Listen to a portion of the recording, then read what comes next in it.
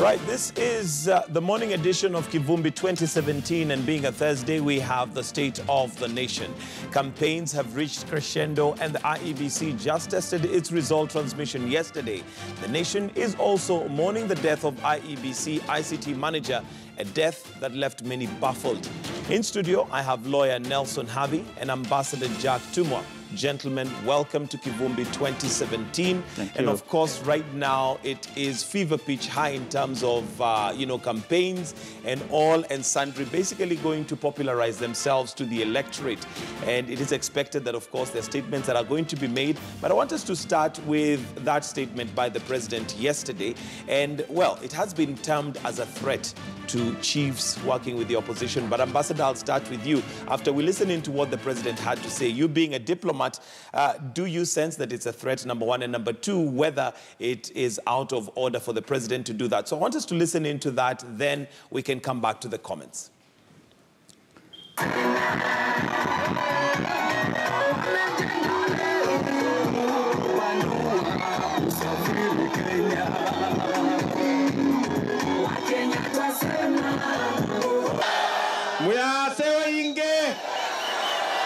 Bwana Yesu asifiwe. Makueni ya mjambo. Harambe. Jubilee. Jubilee na hakuna maji. Ukituwekea ile pipe ya maji na inamwagika kwa hii watu wako, ndio wamekuja kukuhakishia wako gari. Hata ninaona wakubwa hapa naona nyuso zao kwa sababu wote ni wakodi hao. Unajua? Naona walipatiwa kazi na wale wengine. Wajue pikipiki zile wanatumia, allowances ambazo wanapata, wajue ni serikali ya Jubilee wenzenu walikuwa wanawafukuza.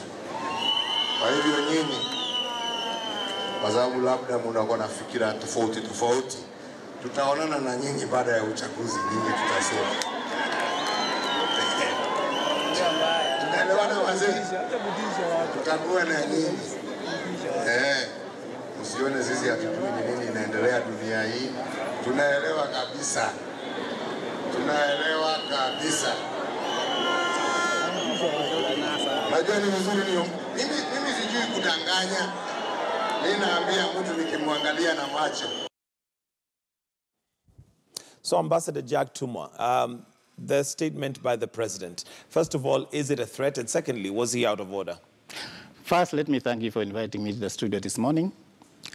I find that statement rather interesting, coming at the 11th hour of our campaign. I think it is correct for us to say that the law does not require public servants to participate in elections. That one is clear. What has been happening all over, and I think there have been a lot of complaints, is that the government has allowed public servants to take full role in campaigning for a certain party. And it has been all over.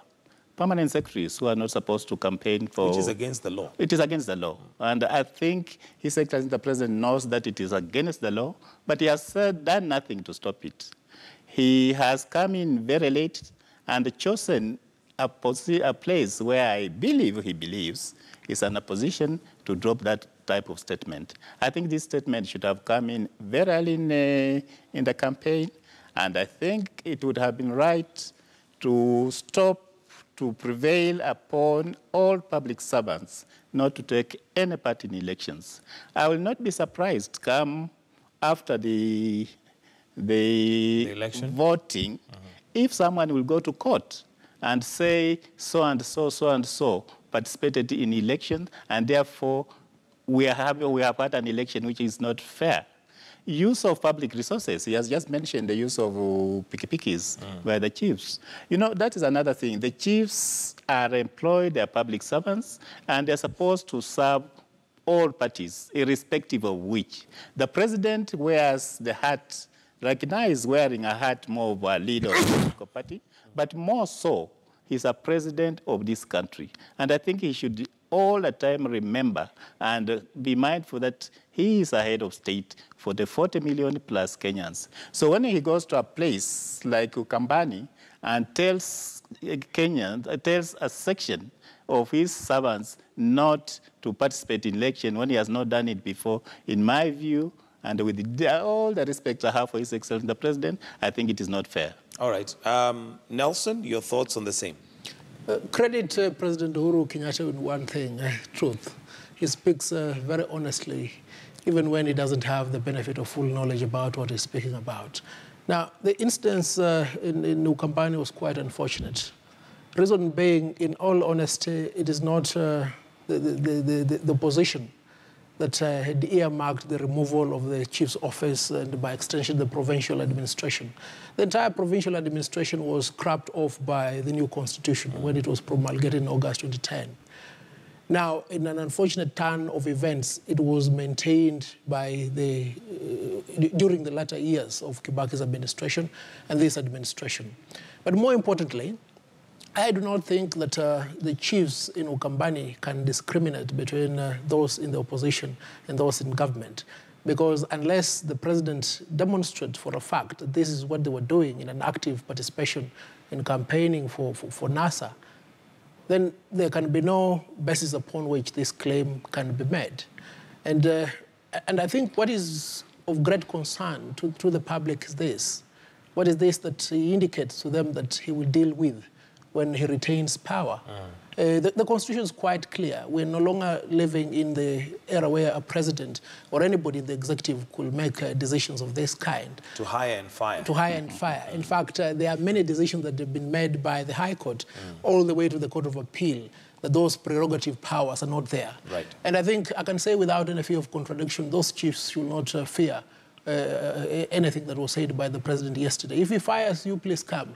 I'll give you pro bono services. We'll quash that decision within a day. All right, so I guess you're in agreement that it is unfortunate that the president had to make such a statement, especially at a time like this. Exactly. It's quite unfortunate. Ambassador, you agree also that it was unfortunate that he could do that? Oh, because you also mentioned if the statement may not be wrong, it's the timing.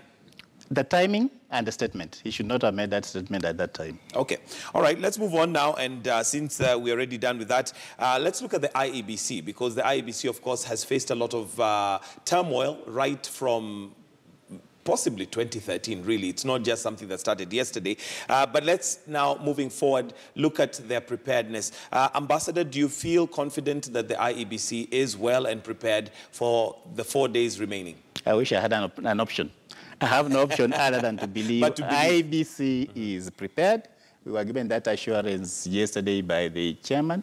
We know that IEBC has had lots of problems. One of the things that was worrying us a little before was the printing of the presidential papers. But that one we gone through. Another shock that came to the country was the murder of Chris over the weekend. I think that was a big step back. But we were assured by the chairman that IEC has systems, it has structures that work. It was not just Chris who was handling that assignment. I think they work as a team. And I believe that someone has been put in place to push the ICT mechanism in its proper position. So there may be little problems. Like you have just mentioned, we are having problems in places like Laikipia, where the people are fighting. We have problems in Lamu. Those are things that cause fear. But I believe Kenyans have had so much of these problems that I believe Wanjiku and Water all over is prepared to come up and assist the IEBC. IEBC has done its part. What remains now really is for the water to realize that this country is greater than anything else, come out peacefully, go and cast his vote. There is not very much that we can expect from IEBC as of now. I think they've done their best. They've done their best. Harvey, are you confident that IEBC is ready for the 4 days remaining for us to go to the polls? Look, IEBC is an institution, it's a corporation that has been there for a while, despite the change of names. And the lamentation as to its preparedness has never been as regards its capacity or institutional ability. It has always been in respect of pressure from outside. And I think in the recent past, we've been seeing this litigation in court, which has set straight some of the issues that it was felt IBC had been pressured to bend. And I think to that extent, barring all eventualities, the stage is now set. IBC is able to conduct this election on the 8th of August. We are confident about it. You're confident about that. Ambassador, I'll come back to you. And the issue here might not be their ability, but also the perception. And they say perception is reality. Has the political turmoil that they have gone through, because again, as much as they are an independent body that are supposed to arbitrate, they are also politically inclined through the statements they make and how prepared they are. Has the political class possibly antagonize them so much to a point where now perception cannot be reversed as to how ready they are? Again, setting us up for a very busy period after the 8th.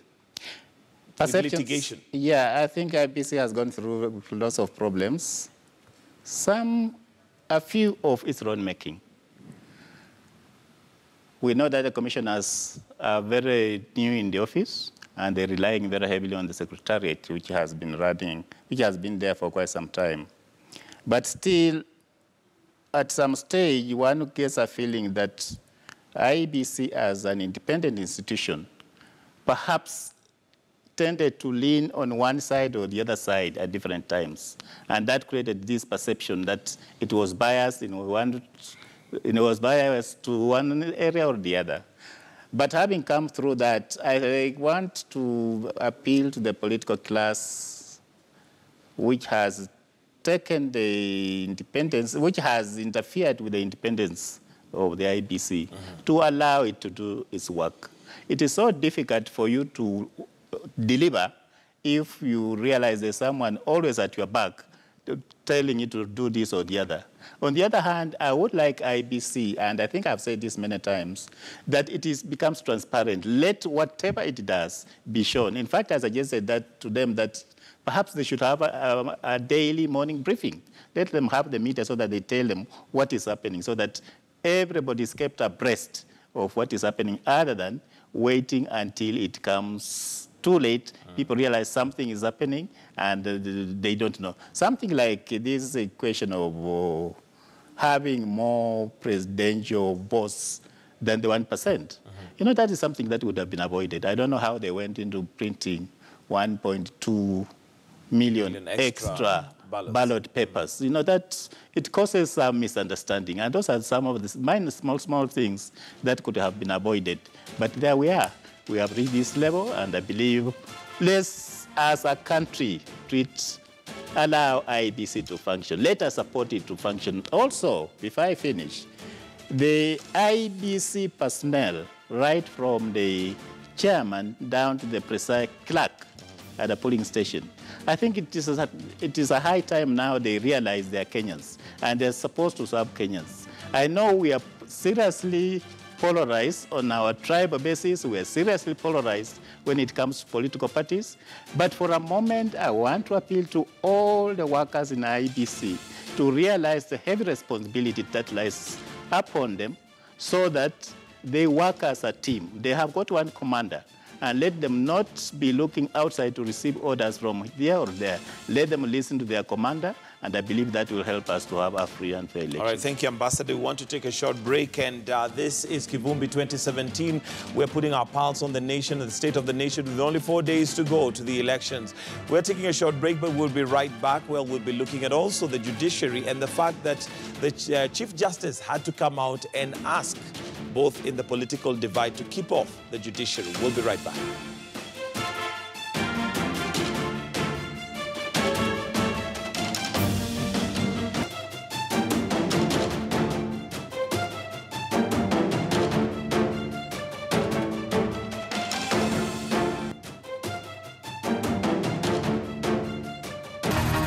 Kivumbi 2017, for all your election coverage.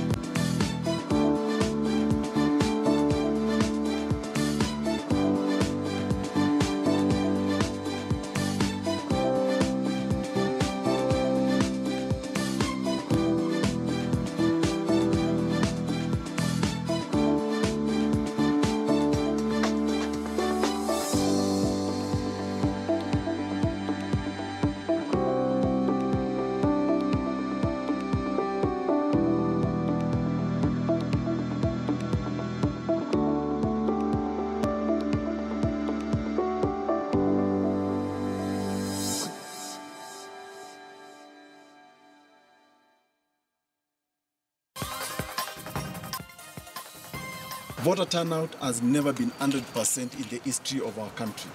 And to expect that 100%, there will be 100% voter turnout to be able even to use the extra ballot paper doesn't make sense.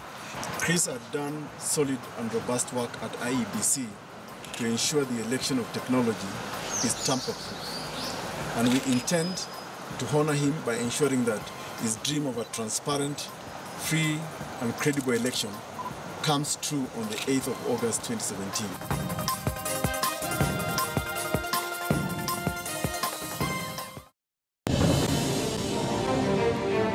Ni dakika za lala salama. Niza kusafisha safisha fagia fagia.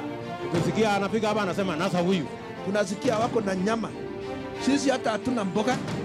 Uchaguzi mkuu ukiwa tayari umeanza kupisha hodi. Samaki inaanza kuoza kwa kichwa. Ni kitendawili ama ni Uhuru Kenyatta? Umetumia nyenzo zote. Lengo kuu ni kukufikia wewe mpiga kura. Hiyo pesa au hiyo manoti tunayafutilia mbali.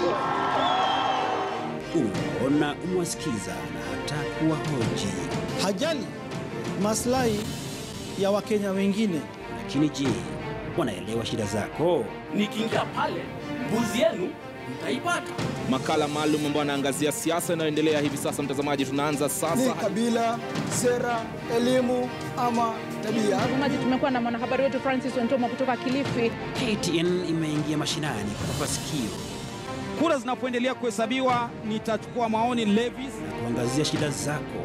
Wakazi wa Kilifi wameathirika kwa mambo mengi, hata si afya tu. Kisumu tunahitaji kazi. Hiki ni Kivumbi 2017 kwa taarifa za uhakika za uchaguzi.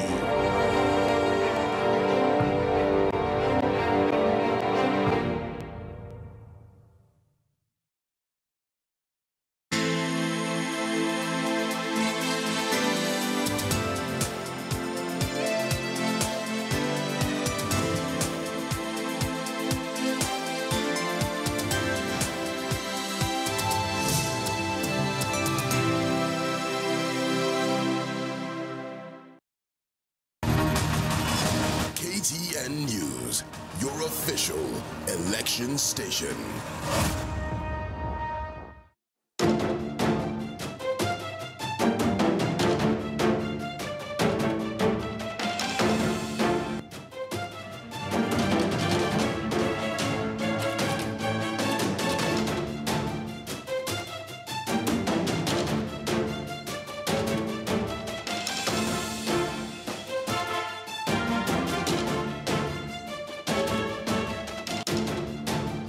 Welcome back to Kivumbi 2017. It's now just about 22 minutes to 7.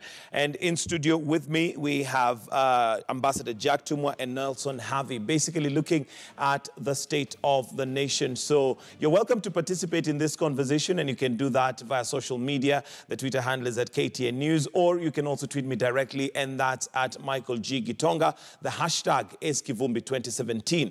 Chief Justice David Maraga has condemned the recent attacks on the judiciary by politicians, including President Uhuru Kenyatta and opposition leader Raila Odinga. Justice Maraga stated that intimidation of judges by political leaders undermines judicial authority as well as confidence Kenyans have in the judiciary. Let's listen into what he had to say. The judiciary has more often than not found itself between a rock and a hard place, facing criticism from the very people it's meant to serve. But following the recent election disputes, the judiciary has had its fair share of attacks from politicians. Hatutakubali wenzetu watumie makoti na kuintimidate IEBC wakifikiria ya kwamba watashinda kupitia mlango ya nyuma. Hakuna kitu kama hicho. Ile apili wamepeleka kwa mahakama ambayo jaji mkuu anatarajiwa aweke pamoja na Pius Board. Tunawauliza kama wananasa waondoe mara moja. The first referendum is to check on the powers of the judiciary. Because there is no way we shall allow judiciary to twist other arms of government. It is this public crucifixion of the judicial system that Chief Justice David Maraga has condemned, with top political players being accused of having a hand in the attacks. In May 2017, NASA leaders, Raila Odinga and Kalonzo Musyoka, said their supporters would take to the streets in event the Court of Appeal ruled in favor of IEBC on the question over who should declare the final results of the presidential poll. On 10th of July 2017, President Uhuru and Deputy President Ruto insisted that churches are working with the opposition to postpone elections. Deputy President William Ruto, Cabinet Secretary for Devolution Mwangi Kionjori, and Majority Leader of the National Assembly Aden Duale did not miss in the list either. Chief Justice David Maraga insisting that the final decision of the court is guided by the law and the evidence presented. We wish to remind the politicians that our judicial system incorporates sufficient avenues for recourse should litigants be dissatisfied with the decisions made by our courts. The most obvious one is Appellate Avenue, which the political leaders have themselves used extensively in the past. But in an immediate rejoinder sent to KTN, Duale accused the CJ of dragging his name from the archives to protect the judiciary and for failing to address the issues raised by Jubilee Secretary General Raphael Tuju. With only 5 days left to the general elections, the judiciary maintains that it is ready to handle all election-related disputes at all levels without fear or favor. Raquel Muigai, KTN News, Nairobi. All right, and I'll start with you, Harvey, and your thoughts, especially as a lawyer, on the Chief Justice having to come out to defend the judiciary, and also the impact that possibly the leaders have on the judiciary or the perception of the judiciary when they make such remarks in public.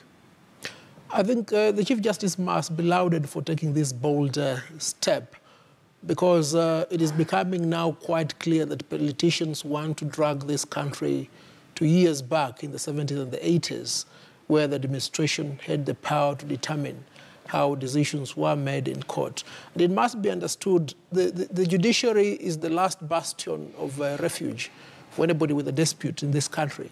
And if the dispute resolution mechanism that is supposed to be undertaken by the judiciary is not left to run independently, then we're likely to get into chaos. And there can be no doubt that is the intention by these politicians.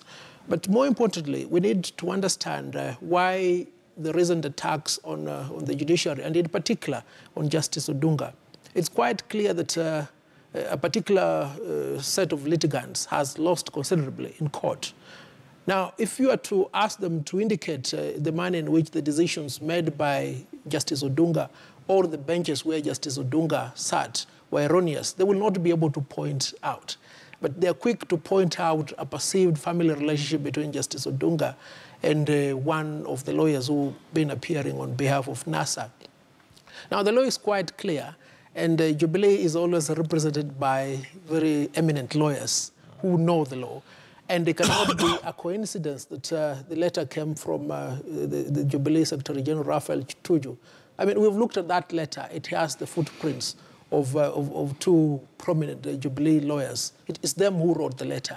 And it's quite unfortunate that members of the law society will degenerate to such a low level as to draft a letter and let it be dispatched by a lay person for the sole purpose of besmirching the character of a judge without any political mileage. For political mileage, because the law is quite clear.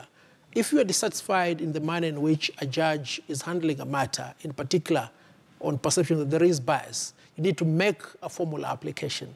And I do not think Jubilee will be incapacitated in this aspect. They are the government, for heaven's sake. If at all they have evidence of this relationship, they ought to have tabled the evidence before the judge and asked the judge to disqualify himself. To the extent that this has not been done, almost 1 month down the lane, it's a clear indication that this is just an intention to intimidate the judiciary.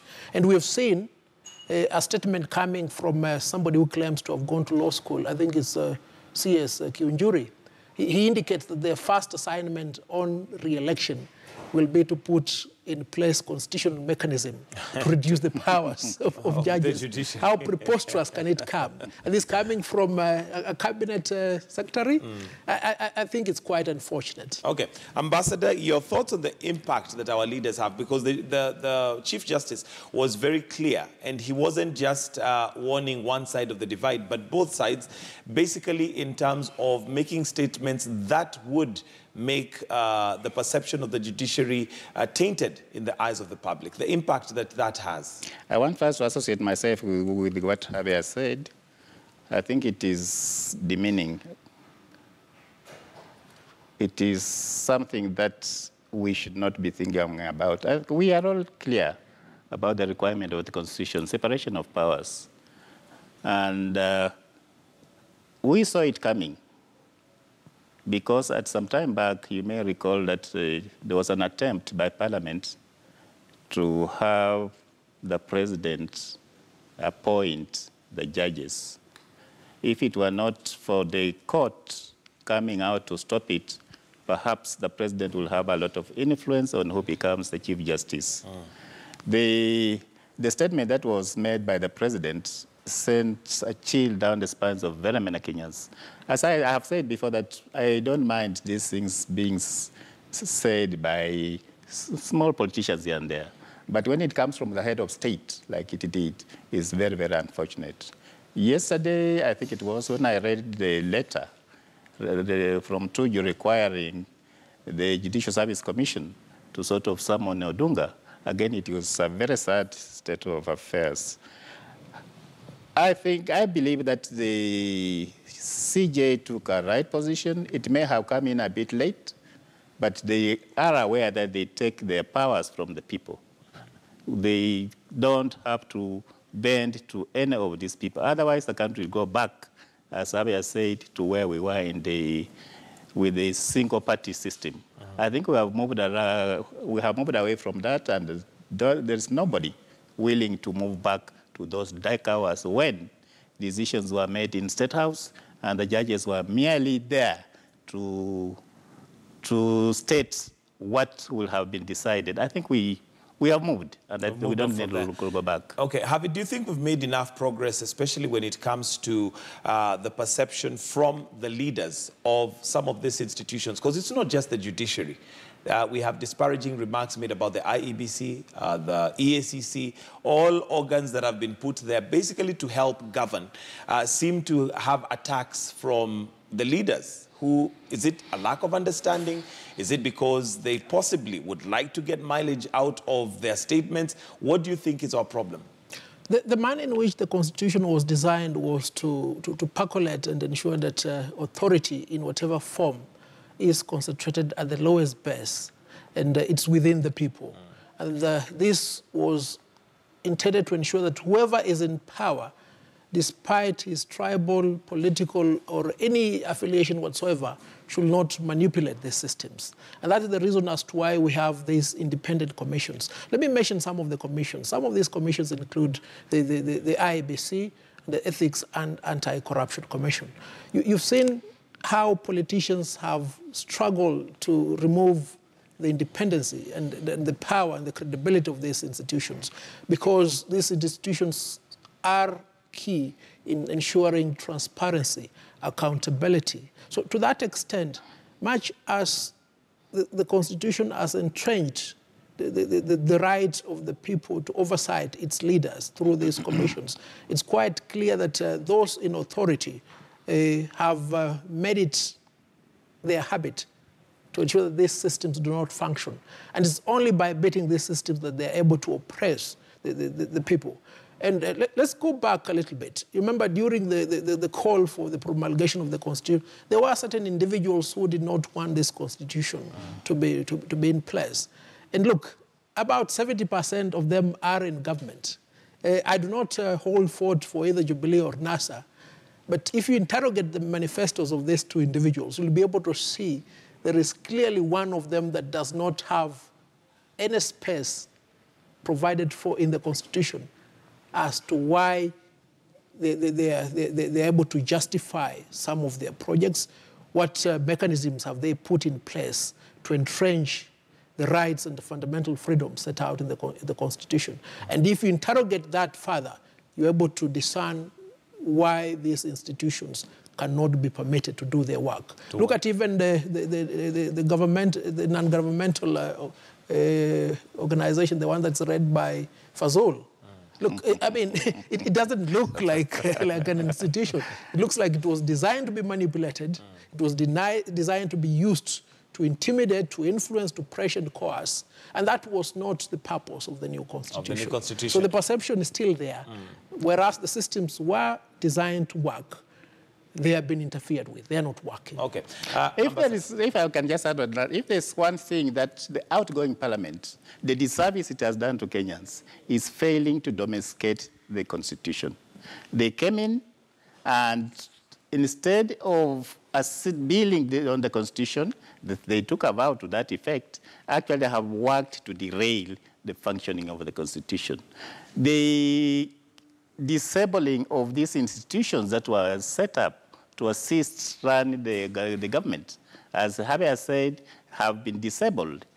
You may recall that some time back, the parliament was on record as refusing the judiciary money to run its resources. You may recall that some time back, the Judicial Service Commission appointed judges, and it took almost a year for them to be, well, 10 were appointed, then others stayed for almost a year before they were put in position. One other thing that we're in total mess is the Political Party Act, which was set up with a view to streamlining our politics. That is an organization that is almost dead. Because we have a registry of political parties, we're supposed to organize, to register, to monitor, and ensure that political parties function effectively. We have, I think it is just one person, and she's in acting capacity all this time. You know, you disable an institution like that and expect to get the results, you're making a mistake. We're not getting anywhere, and it's because, like Javier said, our parliament and the executive have worked hand in hand to ensure that these institutions, which are supposed to strengthen their independence, remain weak by being under-resourced. All right. Javi, we are winding up now, and possibly what you'd like to tell Kenyans on expectations. We only have 4 days before we get to the general election. What is expected of the electorate? We've talked a lot about the politicians, and we know what they do best, but what is expected of the electorate? There are many people who will be voting for the first time come the 8th of August, I think about 5 million. Despite all the pressure that has been put as regards what will happen there, I think Kenyans need to make an independent decision. Go and choose wisely. For a fact, you've been able to evaluate what the Jubilee administration has done for the last 4 years. If you're happy with it, then vote them in. If you're not happy with it, then make a decision to alter that position. But more importantly, let's have a just and fair election where justice and truth prevails. Peace of necessity must follow suit. And in the event that, for whatever reason, this does not come to fruition, then let the mechanism set out under the law, and in particular the Constitution, for dispute resolution take their course. Let's not resort to violence, hatred, or anything that may interfere with the tranquility that we have hitherto enjoyed. All right, Ambassador, your closing remarks. Mine is to appeal to Kenyans to vote out jokers. We want serious Kenyans. People who are going to focus on this country, the welfare of this country, irrespective of where you come from, irrespective of your party. We can only break out of this circle if we get people who will deny their local positioning, their party positioning, and focus on Kenya as a country. That is the only way we can get out of where we are. The people who are thinking tribalism, the people who can help us to improve on the economy, to move forward, the people who will see that they are Kenyans. We want Kenya And this can only come from the institutions of our elected leaders. All right. Thank you very much, Ambassador Jack Tumwa and Nelson Harvey, who's a lawyer this morning, for helping us just look and have a scope of the state of the nation. Now, at this point, we want to take a short break, and this is where we say goodbye to KTN Home, because Life and Style is just about to begin. But for those of us on KTN News, we continue with this discussion. We're going to be focusing on international news, and also we'll be looking at the relationship between South Africa and Kenya right here as we continue with Kivumbi 2017. So do stay with us. For those of us on KTN Home, goodbye.